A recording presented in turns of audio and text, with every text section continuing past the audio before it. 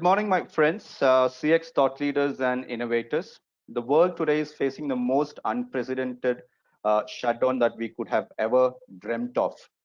COVID-19 has changed the entire world over fortnight. Businesses have been impacted the most.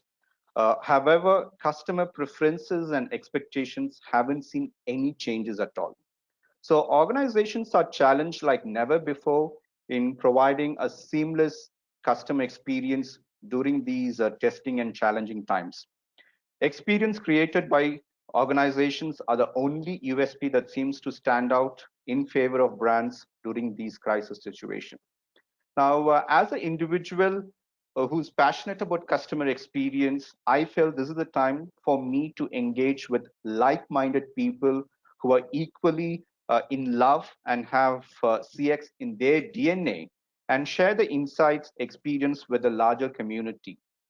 As a first step, I'm launching the CX chat today, a chat show with CX experts from different walks of life, industry, and experience.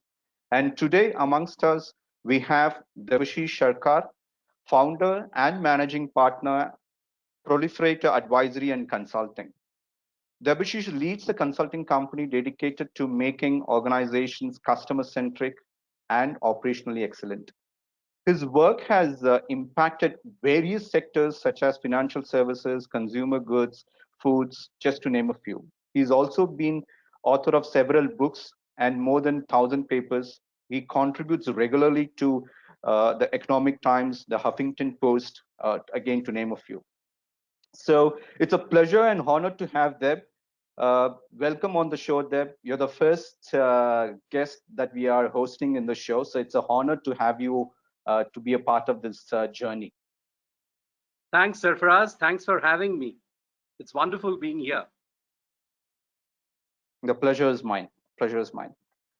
Deb, we're all going through unprecedented times, very, very testing times. Probably none of us would have, been in this situation in the past, nor the previous generation. And everyone has been impacted, and we have just been taking a back seat. But businesses have to continue; they have to move on and tide through these difficult times. So, what's being a CX expert, being a CX thought leader? What are some of the customer trends that you see in the COVID era?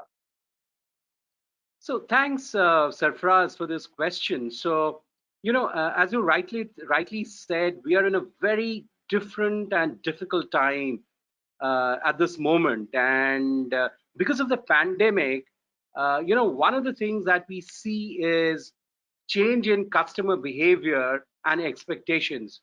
So, if I were to summarize, what the customers are expecting today, they are broadly in four areas, as I call them. The first one, as I call it, address my concerns. This is essentially about the company. What the customers are essentially seeking is, please solve my problem. Hear me out. Listen to me. Please be empathetic.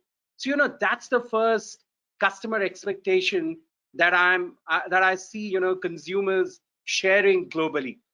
The second one that I see is safety is paramount for customer.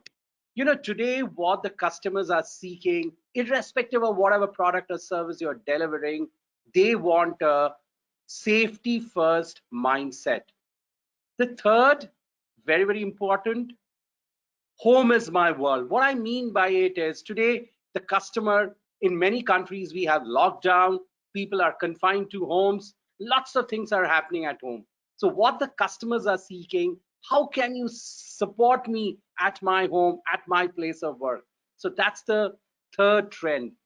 Fourth, and the fourth trend is, as I call it, focus on the familiar. When things are uncertain, customers are really not willing to experiment new things. They want to do or be with things that they have done before. And what they are also seeking here is value for money. They are seeking value. They really don't want to squander money. So, just to summarize, these are the broad four trends that I see. First is address my concern. Second, safety is paramount. Third, home is my world. Fourth, focus on the familiar. You've summarized it so beautifully. I don't think so anyone else could have done it so well in this testing science. Now, can you elaborate on what should be the CX responses to each of these trends there? Yeah, so I'll go one by one, Sarfaraz. So let's look at the first one, address my concern. So there are broadly two strategies which CX professionals should take up. The first one is communicate, communicate, and communicate. This is essentially about the organization reaching out to customer, solving their problem, and telling them how the organization is getting impacted and how they can serve the customer. So that's the first strategy. The second strategy over here is demonstrating care. Demonstrating care, this has broadly two elements as I look at it. The first one is alleviating financial stress. Can I really waive off fees? Can I waive off charges? The second thing is, can I give something of additional value to customer? So that's under the umbrella of address my customer. The second trend, as I said, safety is paramount. There are two strategies which organizations can adopt. The first is transparency. Today, customers are seeking transparency around where the product is sourced, where is it processed, and how is it going to get delivered. The second strategy that the customers are seeking is touch-free operations. So what the organizations need to think and innovate, how do I offer touch-free operations to consumers? On the third trend, as I said, home is my world. There are two strategies which organizations need to adopt, Sarfaraz. First, serve me at my home, right? This is where things like home delivery, digitization, etc. come in. The second strategy that's important here is, today home is a sort of a new hub for customer. So how do organizations really support customers? Because they are doing so many things from home. They are learning, they are shopping, they are socializing, they are attending office. So how do organizations support the customer in all these areas? Because as I see, the home has become the new hub for the customer. And on the last trend, as I said, focus on the familiar. Two strategies that need to be adopted. First, try and focus on tried and tested products. Today, customers really don't have time to go for new products. I think what organizations need to do, they need to see how do they really do what they are doing better, right? I think that's the first one. The second thing over here is everything that a customer does going forward, it'll be from the window of health and value. So, whatever organization that you are into, whether you are financial services, whether you're food services or retail, people will always look at it from the window of health. And the other dimension out here is value, right? Today, people are losing jobs, jobs are getting furloughed, and so people are really looking for cheaper option. So you see a rise of, value seeking consumers. So these are some of the strategies, Sarfraz, which the organizations can take to address the trends that I talked about. I mean, we talked about tried and tested, and people, customers would probably be looking at organizations or brands which they are familiar of. We are talking about value addition over here. We are talking about, how customers can be served at their doorstep. Now, these are all, the probably most of the organizations have already started doing.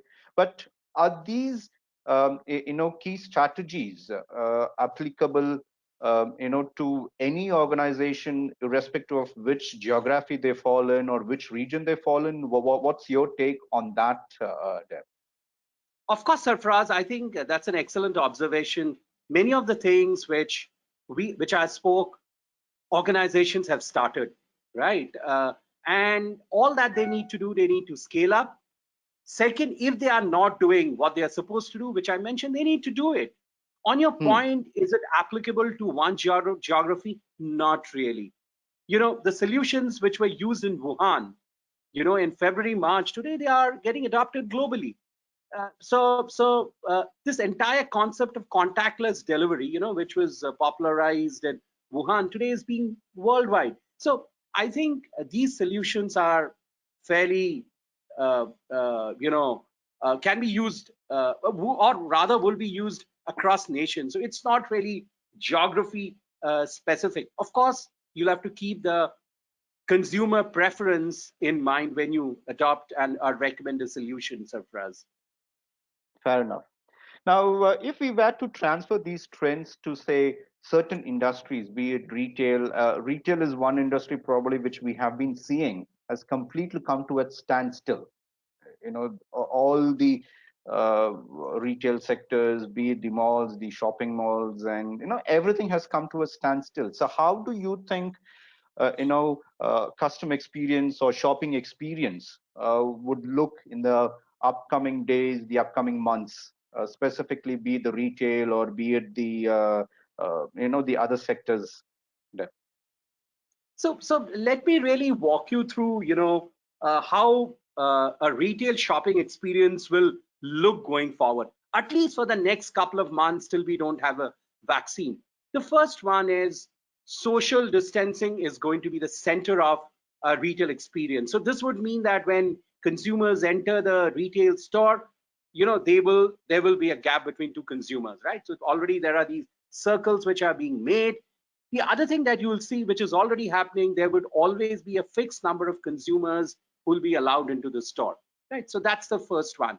Second thing that you would see, that you'll hear a lot of communication from organizations about cleaning, sanitation. So you'll see it on the website, they'll display it in the stores. Third, what you will also see, you will see sanitation stations across the retail store. So that, whenever customers feel uncomfortable, they can just sanitize their hands. You will also see the fourth point is changes in layout. For example, if I'm really looking at a movie theater as I visualize, you would not see you would see that people sitting not sitting that there will always be a gap between two persons sitting next to each other. So maybe they'll keep a seat vacant or whatever. So this and I was reading that companies like Apple, they are already revisiting their layout to keep this entire concept of social distancing in mind.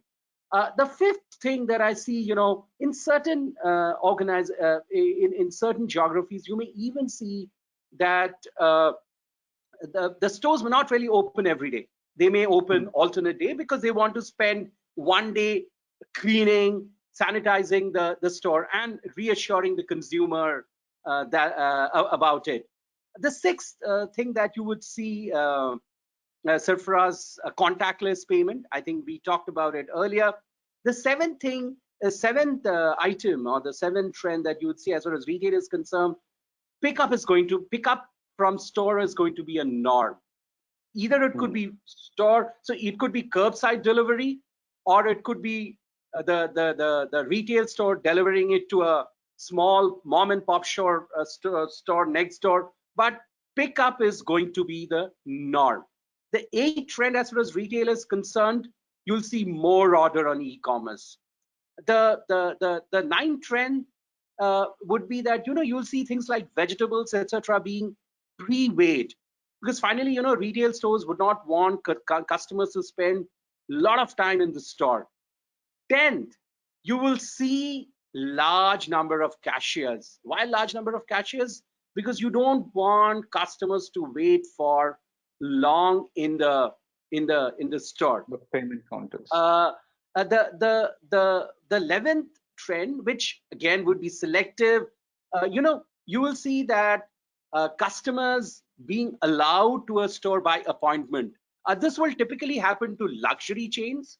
Then the 12th Hmm. trend that you will see, having these plexi glasses. So when you are checking out, there will be this glass between the cashier and the customer.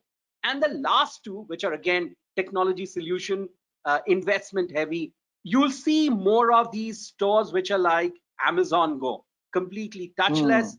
And also you'll see application of RFID, Bluetooth, etc. So, these are some of the trends, or some of the things that you would see in retail outlets going forward.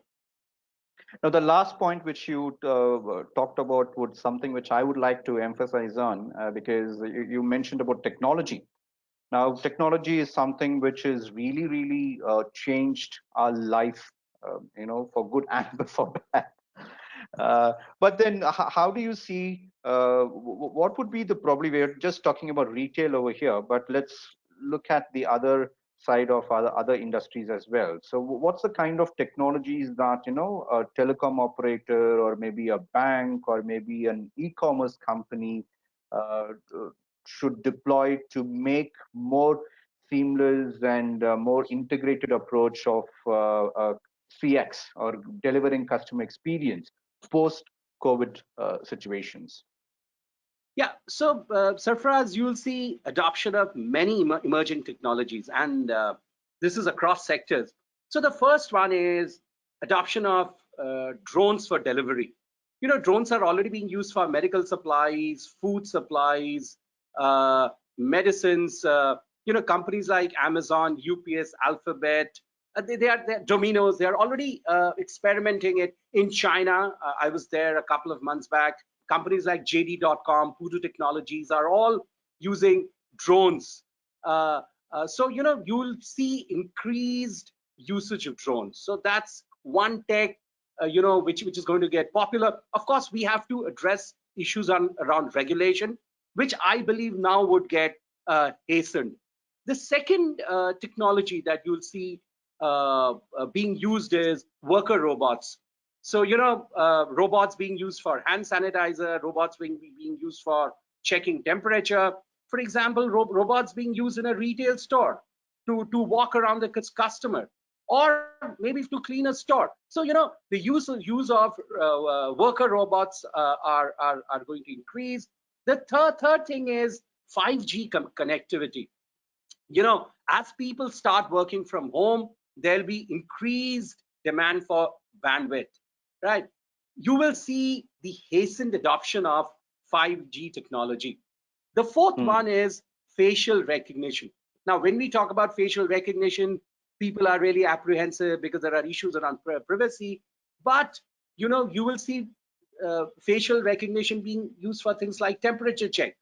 Companies like Baidu, Telpo, Demolog, they are all using facial recognition for better customer experience, or to provide better assurance to consumers.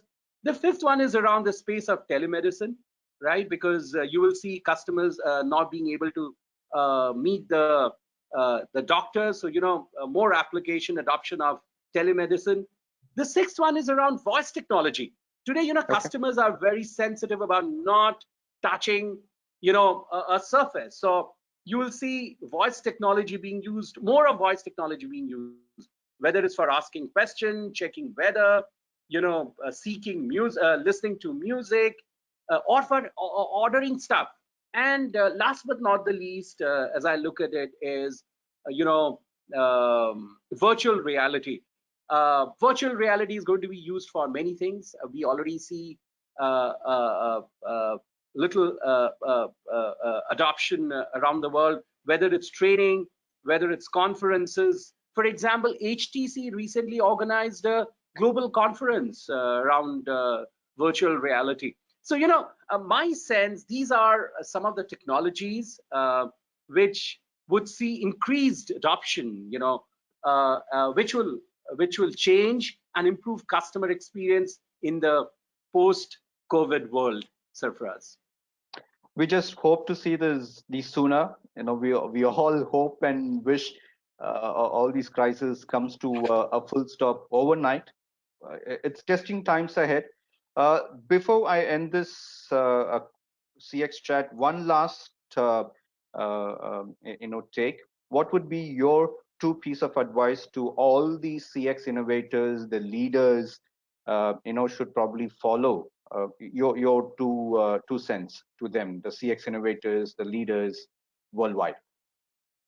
I think the first suggestion would be please demonstrate empathy, right? Please demonstrate empathy, be patient, listen to customer, whether you talk to the customer through an through a phone or through a video or even in person.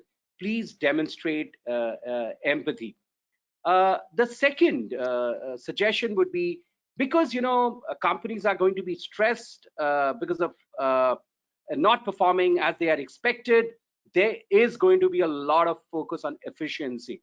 So what I think CX leaders need to remember, while the organization focus on efficiency, experience should not get impacted. So the mantra should be efficiency with experience. And last but not the least, please get back to basics. Please get back to basics. You need not be perfect, right? Customers are willing to listen to you, but I think please try and do your best. And customers today are willing to listen. They understand the challenges. So I think if you are, these would be the three suggestions to fellow CX professionals and leaders around the world. I think that really sums up everything there. Get back to the basics, demonstrate empathy and efficiency with experience. That's all I think is the bottom line of what CX innovators, leaders need to look into it. It was absolute pleasure to have you on this inaugural session of CX Chat Show. I'm sure we would be doing more of these sessions with you. Thank you for the time and also for your insights. Thank you, Sarfraz. It was a pleasure being here. Thank you, and hope to see you soon. Thank you. Bye-bye. Take care. Bye-bye.